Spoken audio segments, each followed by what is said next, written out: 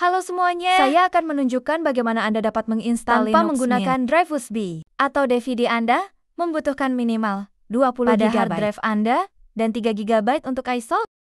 Dalam manajemen disk Windows, saya memiliki 476 pertunjukan drive saya di sini. Dan saya memiliki 442 jadi lebih dari cukup ROM bebas. Jadi saya akan mengunduh Linux Mint. Pergi ke linuxmint.com dan kemudian klik unduh. Dan ada 3 rasa yang tersedia. Anda punya kayu manis yang ramping, modern, dan inovatif. Exvis yang ringan, sederhana, dan efisien, dan lebih ringan dalam penggunaan sumber daya. Dan akhirnya, kamu punya jodoh jadi untukku. Saya akan mengunduh kayu manis dan gulir ke bawah. Dan pilih cermin tempat Anda ingin mengunduhnya. Setelah mengunduh, masuk ke folder unduhan Anda. Akan memasang gambar ISO. Tekan Enter untuk memount atau klik kanan dan tekan Mount Open. Dan ini akan memasang ISO. Dalam kasus saya itu, memasangnya ke drive disk dan kemudian masuk ke manajemen disk. Dan kemudian, saya akan mengecilkan untuk drive membuat ruang untuk Linux Mint dan ISO.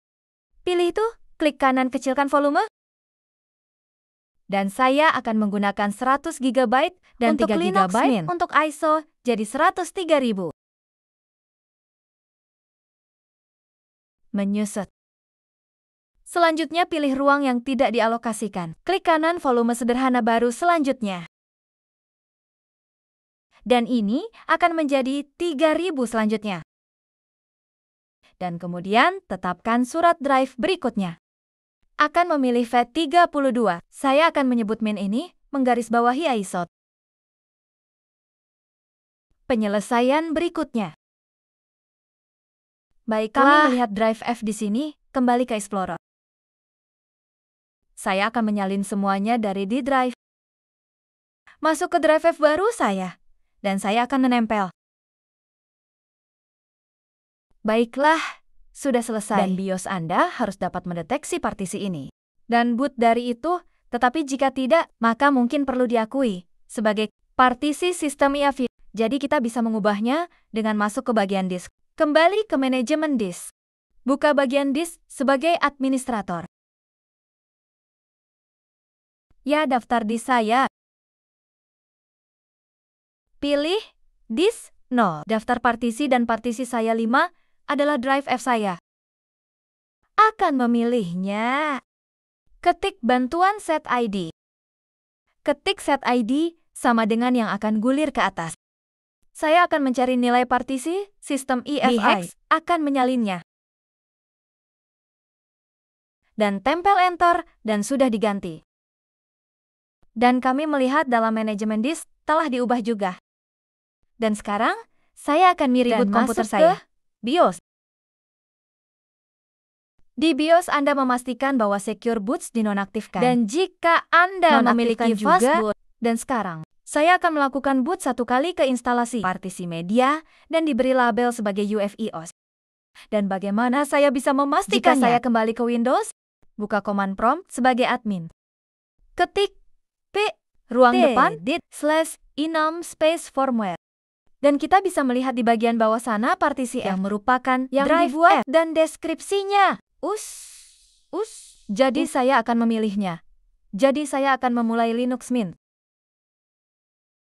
Baiklah, itu boot ke lingkungan hidup. Saat menginstal Linux secara ini akan menggunakan partisi EFI yang sama bersama Windows.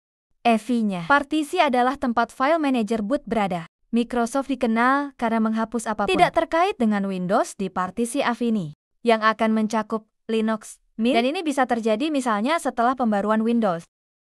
Jadi untuk menghindari saya akan membuat partisi EFI terpisah. Hanya untuk Linux Mint sebelum memulai installer. Aku akan pergi ke Jpartit yang merupakan editor partisi baru. Dan di sini kita bisa melihat semua partisi di installer. Itu akan memeriksa apakah ada partisi EFI yang bisa bermasalah. Jika Anda ingin menggunakan partisi EFI terpisah, lantas saya akan menghapus bendera boot untuk sementara dari SDA1. Dan kemudian setelah pemasangan saya juga bendera boot di SDA4 akan dihapus. Pergi ke SDA. 1 klik kanan kelola bendera. Lepaskan boots. Tutup dan SDA4. Mengelola bendera. Periksa, tutup. Dan tutup G berpisah akan memulai pemasang. Pilih bahasa Anda. Lanjutkan keyboard.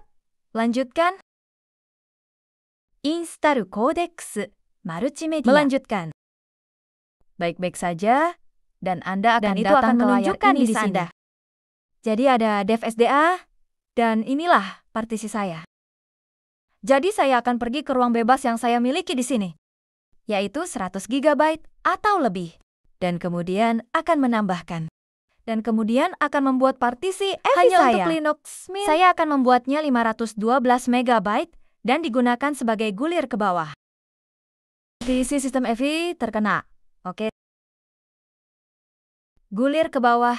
Dan kami melihat itu kembali ke ruang bebas tambahkan. Dan partisi berikutnya adalah, dan saya memiliki 12 GB RAM di sistem saya di sini. Jadi saya akan menempatkan 12 pertunjukan. Gunakan sebagai swap poke. Gulir ke bawah. Kembali ke ruang bebas. Tambahkan dan tetap sederhana. Saya akan menggunakan sisa ruang kosong untuk garis miring. Jadi dalam hal ini, titik tunggangannya hanya akan ditebas. Dan saya akan menyimpannya sebagai IKT4 September RT. Dan kemudian, file. Tekan OK. Gulir ke bawah, dan ada partisi baru saya.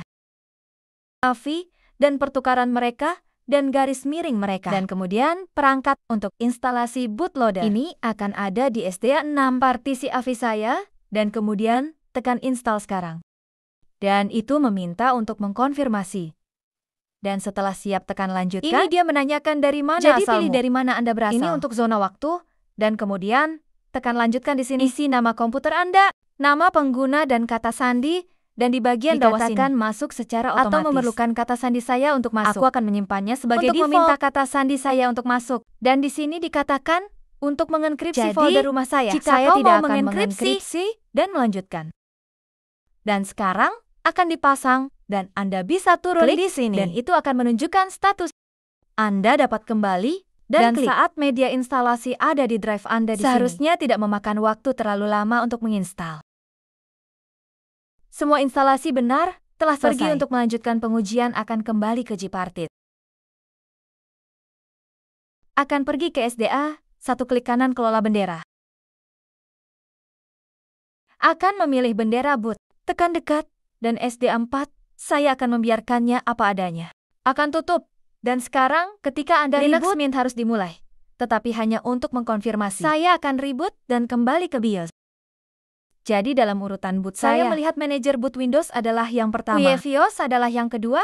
Dan 3 adalah Ubuntu. Dan dikatakan Ubuntu. Karena Linux Mint berbasis dari Ubuntu.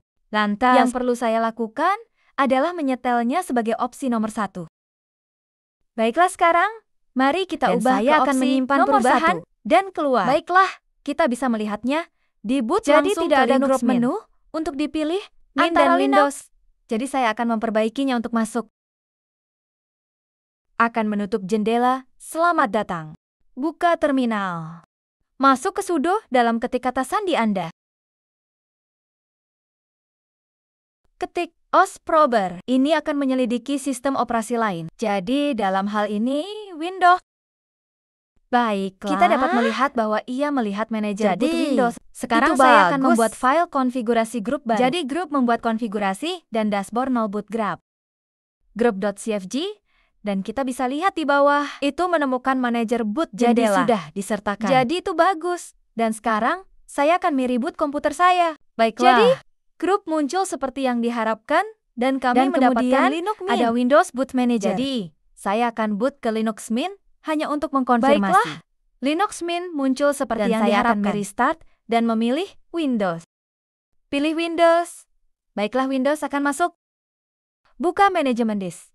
Oke. Jadi ada 3 partisi saya untuk Linux Mint. Partisi FY dan slash.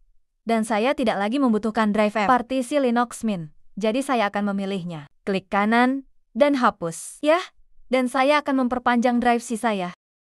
Perpanjang penyelesaian berikutnya. Jadi itu saja. Begitulah cara Anda dapat menginstal Linux tanpa menggunakan drive USB atau DVD. Saya harap video ini bermanfaat. Dan saya berterima kasih telah menonton. Sampai jumpa sekarang.